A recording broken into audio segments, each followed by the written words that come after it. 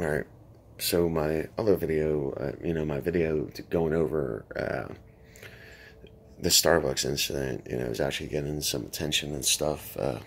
Just want to put this one out there saying, like, my position on it, was never about, race or anything of that nature. It was about, it, just if I'm a business owner, and there's people in my establishment that I do not want in there, then I'm going to use my rights to get them off my property. And if they refuse, then I'm going to call on the state. And the thing is that everything that happened at the Starbucks, regardless of anything else, that's what happened. The police they gave the individuals enough time to, they were negotiating and stuff. The police didn't want to arrest them. And the thing is that, if the gentleman involved with the situation, we're like, okay, we're going to leave, but, with all due respect, I'm going to get some contact information of these other customers, being that they're coming up to, and intervene and stuff. Obviously, they think that something is wrong. And so I'm going to reach out to them, and so I can make a formal address towards to Starbucks. And, then we'll be on our way. And I'm more than certain, or you know what, if the police were like, you know what, we'll get that for you, just leave the property, and no arrest would need to be done. But the thing is that they were protesting, they're going against the state, and no one's going to win against the state. And that's why, what was it, the first police commissioner or chief, two people, bigwigs came out. So the first one said that the police did nothing wrong, which I have to agree with. Especially, people want to say, like, oh, so many officers because of, two men. Well, the thing is that, like,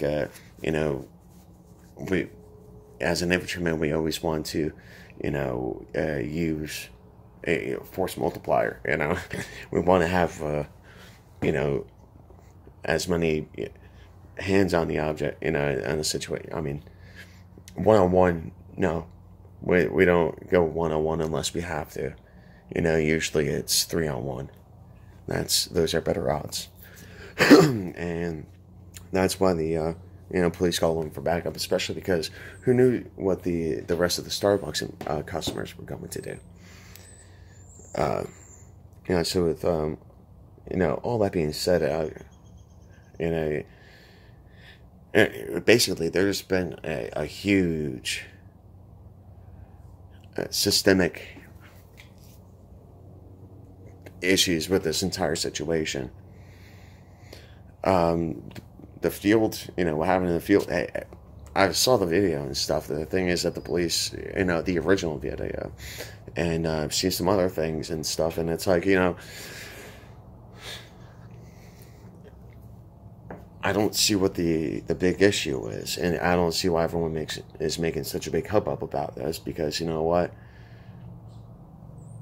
They were asked to leave, and they didn't leave. What I want to know is how long did what was the interaction like between the manager and the customers? Was it like, the dude came up and said, the gentleman came up and said that you need to use the bathroom, and she said that the customer or bathrooms are for customers only, and that y'all need to leave. And it's like, okay, well, that doesn't necessarily mean that, if she was, that snappy and stuff, then, obviously she is like in certain customer service qualities. And, okay, you should leave. I'm going to ask you to leave. How many times did that go on? Was it like just one time and then they didn't leave and then she called the police? I'm not going into this, too much and stuff. But,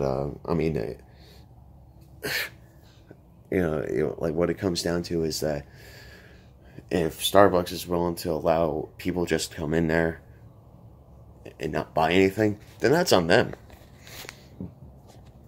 Excuse me. And then they have no reason to kick anybody out. I mean, if they want to treat themselves like a library, right? So, I just, I mean, basically, and the officers did nothing wrong. You know, when the police were called, and and then the gentleman, when asked by the police, because the police were called there by the business, and the thing is, the laws don't protect the people; they protect businesses. Yeah, but that goes into a whole different other topic. The thing is, then that leaves the business's hands, and it goes into the state's hand, and it's like, well, now you're refusing to cooperate with an officer, and so on and so forth. The madness ensues. Just what it comes down to is, I just wish that there was no race baiting going on, because I think that's strongly what's happening, with this. And the thing is, I've gotten on my channel, I say I'm the new nigger, because of the way I'm treated, with things. From coast to coast, I'm a freaking terrorist, right? Because I speak out against these predatory colleges, and they just decide to call me a bad guy, right? The white man is the best kept slave, because he doesn't even know he is a slave. And the elite, they don't care about vitamin D consumption, and those who are actually in the struggle, they don't care about race. Race is a construct anyways. There's different ethnicities, but when we're in the struggle, anyone who's there, it's about being human. And it's those who have a false sense of privilege, of entitlement. Those are the ones who are, buying into the race baiting and stuff of that nature, and it goes from freaking yellow to blue. So, take that into consideration. I'm being called a bigot and racist and all this crazy crap, and the thing is, I don't care, and I don't need to change my position on anything I've said, because I've, from the first moment that I actually even said something, which is on my other video and stuff, because I was listening to WTOP when I was able to understand it. I think that the guys should be let off of their charges.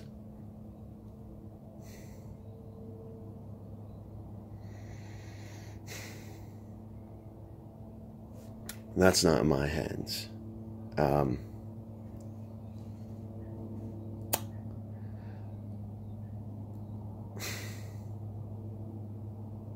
I did do something wrong, and that was not cooperate and whatnot. And it doesn't matter if they were meeting for a business meeting or what their status were. It's if I don't want someone in my house, I'm going to kick them out of the house. And I have every right. If they were going to refuse, then I had the right to, remove them.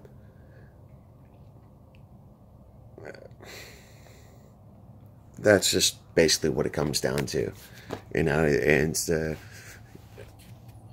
if the manager is a racist over at Starbucks, then you know what? That's an internal problem. Don't make that internal problem become everyone else's problem.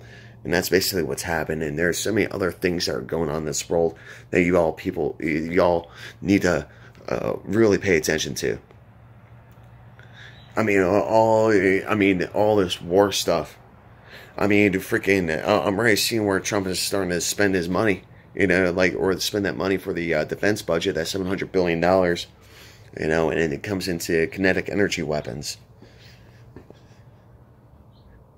Yeah, implementing railgun. Because the thing is that there's evidence that suggests that of the over 100 cruise missiles that were sent to Syria in regards to the gas attacks, 70 plus of them were intercepted. And watched some of those videos. And the thing is that there's so much disinfo going on out there. You know, and the thing is that we I'm telling you right now, if we go into a draft, I mean, we're going to lose a lot of people because there's a bunch of freaking cowards out there. A bunch of people that, as social justice warriors, are not fit for duty.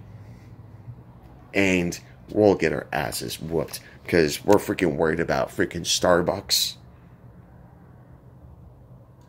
And the way that we get treated when we go to Starbucks. Paying $5+ for a cup of coffee. When that $5 is freaking what a person in a third world country freaking makes an entire week, maybe 2 weeks or a month. And those are where we get those coffee beans for that Starbucks. The priorities of this nation are completely disgusting.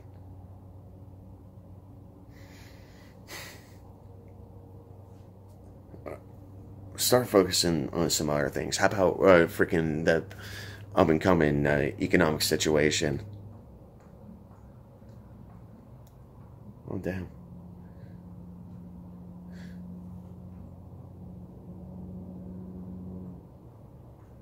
I wonder if she's single. Probably not, because freaking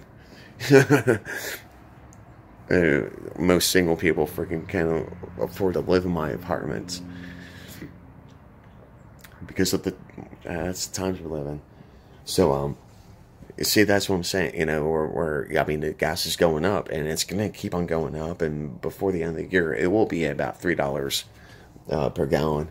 And the thing is, like, that's actually good.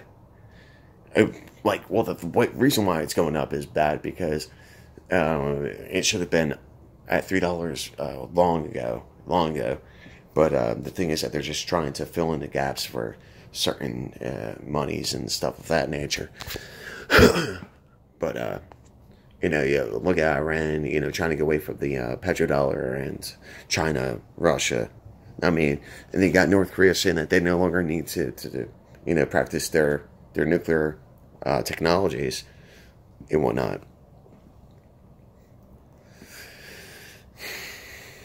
I wonder what that means, you know, but, you know, I started speaking to one audience, and then I just kind of filtered them down.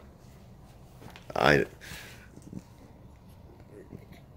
would like my channel to get freaking big with people with like minds that are strong minds, but the thing is that I know that's not the case, and it's up to a certain small collective that are more concerned about the greater good than personal gain.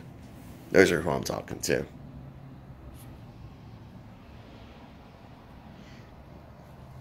And no, that's just, you know, that's just a quick resume to give you, to show my honor and commitment. I don't have kids, but I'm still fighting for them. And I strongly implore all of you to do the same thing, and that we really need to freaking stop dividing. You know, we need to stop this divide and conquer.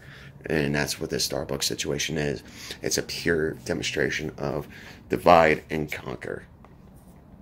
I totally, you know, just took a capitalist point of view on it. The only colors I see are green, baby.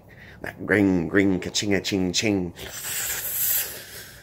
Yeah. Take care, be safe, be kind, of stay strong. I love you all, and I'm sorry that my views are not the same as everybody else's, but you don't need to call me a racist or a bigot. Even though my grandfather was drafted for the SS, and my great uncle was part of he was a Nazi scientist and whatnot, and you know, but hey, so be it.